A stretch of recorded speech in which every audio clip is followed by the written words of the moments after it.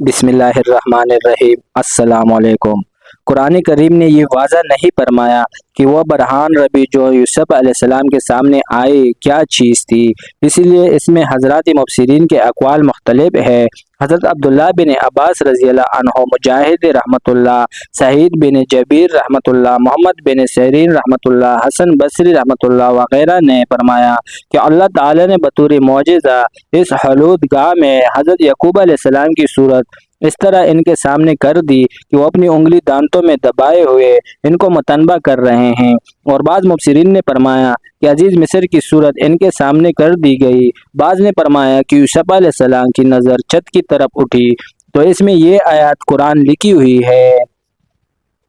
یعنی زنا کے پاس نہ جاؤ کیونکہ وہ بڑی بے حیائی اور قہر خداوندی کا سبب اور معاشرے کے لیے بہت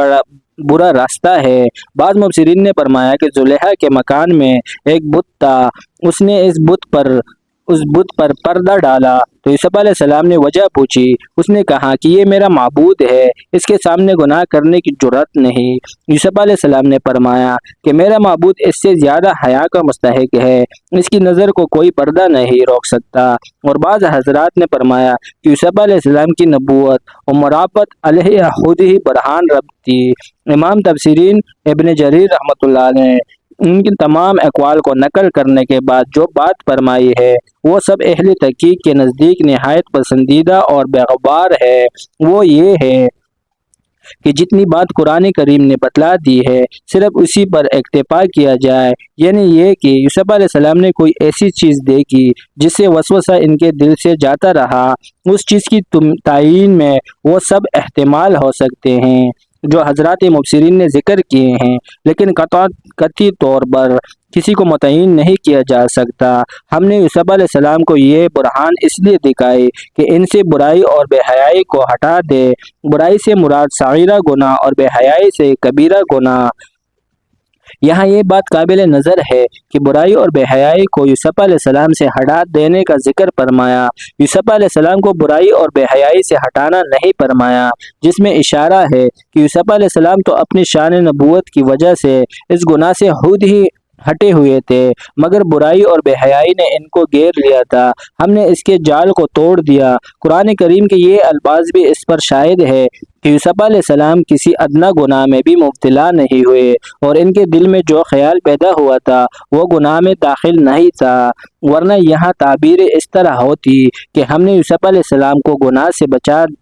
دیا، نہ یہ کہ گناہ کو ان سے ہٹا دیا، کیونکہ یوسف علیہ السلام ہمارے برگزیدہ بندوں میں سے ہے۔ اس جگہ مخلص کی جمع ہے جس کے معنی متحب کی ہے۔ مراد یہ ہے کہ یوسف علیہ السلام اللہ تعالیٰ کے ان بندوں میں سے ہے جو کہ خود حق تعالیٰ نے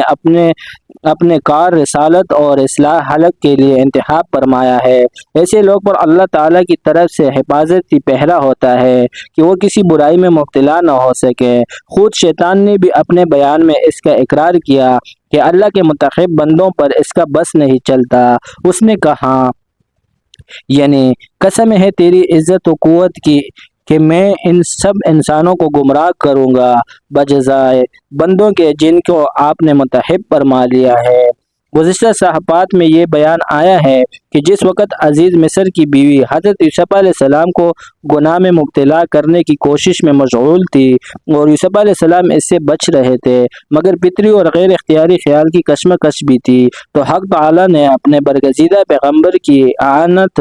کے لیے بطور معجزہ کہ کوئی ایسی چیز سامنے کر دی جس نے دل سے وہ غیر اختیاری خیال بھی نکال کر ڈالا، خواہ وہ چیز اپنے والد حضرت یعقوب علیہ السلام کی صورت ہو یا وحی الہی کی آیت۔ یوسف علیہ السلام اس حلوت گاہ میں اس برہان ربی کا مشاہدہ کرتے ہی وہاں سے بھاگ کھڑے ہوئے اور باہر نکلنے کے لیے دروازے کی طرف دوڑے۔ عزیز کی بیوی ان کو پکڑنے کے لیے پیچھے دوڑی اور یوسف علیہ السلام کا کرتا پکڑ کر ان کو باہر جانے سے روکنے چاہا، وہ عزم کے مطابق نہ رکے تو کرتا پیچھے سے پڑ گیا، مگر یوسف علیہ السلام دروازے سے باہر نکل آئے اور ان کے پیچھے زلیخا بھی تاریخی روایتوں میں مذکور ہے کہ وہ دروازے پر کپل لگا دیا تھا۔ جب یوسف علیہ السلام دوڑ کر دروازے پر پہنچے تو خود بخود یہ کپل کھل کر گر گیا۔ جزاک اللہ۔